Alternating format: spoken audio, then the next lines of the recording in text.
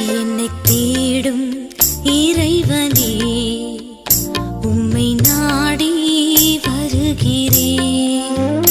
என்னை தேடும் இறைவனே, உம்மை நாடி வருகிறேன்.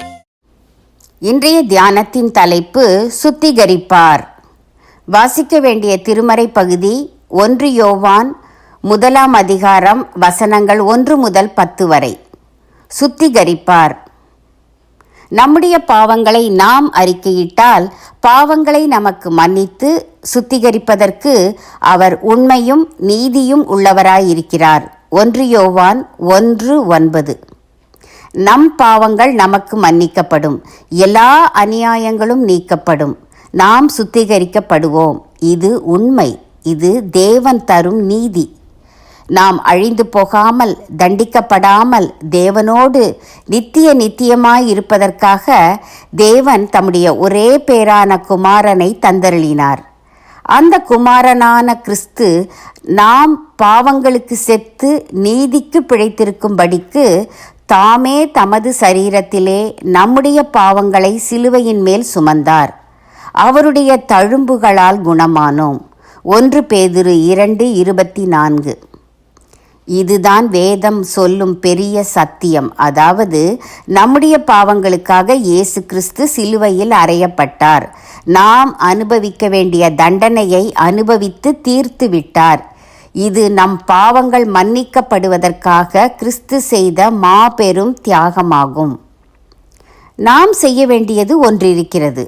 நாம் செய்த பாவங்களை உணர்ந்து அவற்றுக்காக வருந்தி செய்த பாவங்களை ஒத்துக்கொண்டு தேவனிடம் அறிக்கையிட வேண்டும். அப்படியானால் நம் பாவங்கள் மன்னிக்கப்படும். நாம் அனுபவிக்க வேண்டிய தண்டனையினின்று விடுவிக்கப்படுவோம். மேலும் நாம் மற்றவர்களுக்கு விரோதமாய் பாவம் செய்திருந்தோமானால் அவர்களிடமும் மன்னிப்பு பெற வேண்டும். நாம் செய்த பாவத்தின் நிமித்தம் பகை ஏற்பட்டிருக்குமானால் ஒப்புரவாகி சமாதானம் பண்ணிக்கொள்ள வேண்டும். நம் பாவங்களை ஒத்துக்கொள்வதற்கு நம் உள்ளத்தில் நேர்மை இருக்க வேண்டும், தாழ்மை இருக்க வேண்டும். உள்ளதை உள்ளபடி ஆண்டவரிடம் அறிக்கை செய்து மன்னிக்குமாறு மன்றாட வேண்டும்.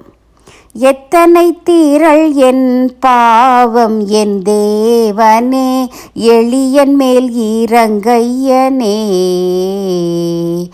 எத்தனை தீரள் என் பாவம் என் தேவனே, எளியன் மேல் இறங்கையனே. தீர்மானம்: நான் பாவிதான், ஆனாலும் கிறிஸ்து மாசற்ற இரத்தம் சிந்தினார். வா என்று என்னை அழைத்தார். என் மீட்பரிடம் போவேன்.